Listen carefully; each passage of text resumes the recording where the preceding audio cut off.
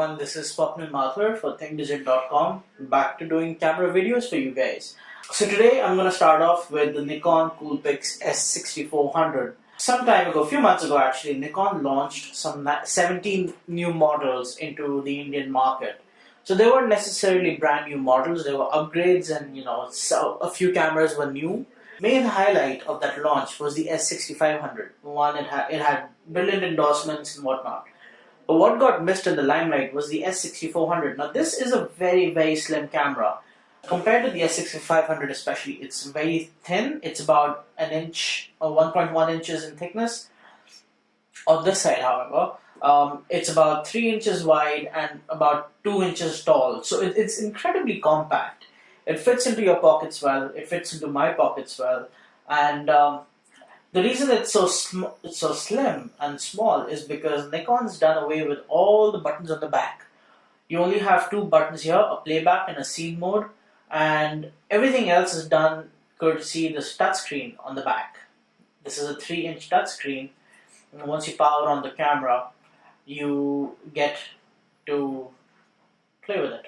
So, in terms of specs, it has a 16 megapixel backside illuminated sensor. The sensor measures 1 by 2.3 inches, which is the smallest you will find in a point and shoot. We don't expect Nikon to have put in a bigger sensor, given that this camera costs about 11,495 rupees, roughly. Then along with that, the optics are essentially 25 to 300 millimeter lens that has an aperture of f3.1 to 6.5 on the wide end, on the telephoto end. But the lens does have image stabilization, so there's that good part. Also, what Nikon started doing lately is giving their point-and-shoot cameras one ED element. So ED is extra dispersion. It helps with completely curbing ghosting, flaring, etc., etc. And we've shot with this camera extensively. This is part of the review as well, where we found that the purple fringing on this, the flaring on this is extremely well controlled. So the optics on the S6400 are actually pretty good. So shooting with the S6400 is actually pretty nice.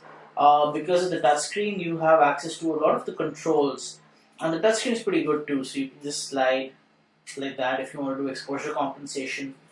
The buttons are decently sized, as you can see, so you don't have to twiddle. You don't have to make those very, very precise taps on the screen. And the screen isn't as sensitive as you would expect it to be, or if you think that it will be as sensitive as, let's say, an iPhone or an S4, it's not. And the reason for that is, if it was that sensitive, there's a very good chance that you'd be making changes to your settings just by accidentally touching the screen. You don't want that. So there are just two physical buttons on the back, the scene mode and the playback mode. And the scene mode allows you to select what sort of mode the camera should shoot in: auto, scene, special effects, or smart portrait. It's pretty self-explanatory. And then there's a dedicated button for movie recording. The movies are recorded in full HD format at a frame rate of 30 frames per second, which is pretty standard for a point and shoot. Now, if you're wondering about what else a touchscreen can do, it can also function as a touch shutter. You just point where you want it to focus and it will shoot. And once it has shot the image, it will give you the option of adding quick effects. I'll show you that. Taken an image, add quick effects, okay. And then you have a choice of about 30 effects that you can apply to an image. You can only apply one effect to an image at a time. You can't do layering of various effects, which is okay. You don't want to kill your image. But yes, and you can also scroll up like this if you want.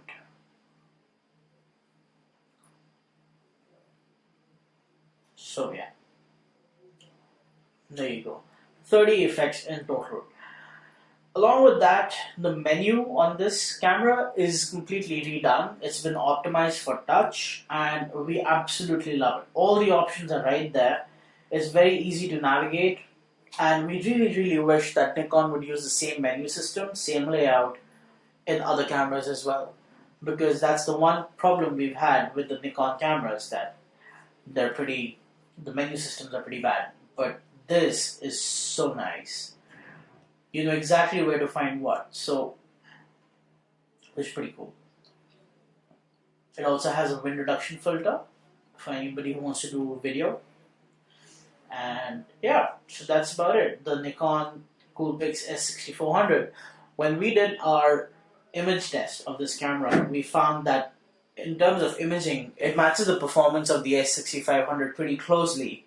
And the only reason it loses out is essentially because this does not come with a built-in Wi-Fi chip.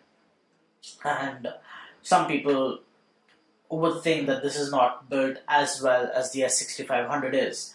So, but leaving that aside, this camera does cost, it's under 12,000 rupees.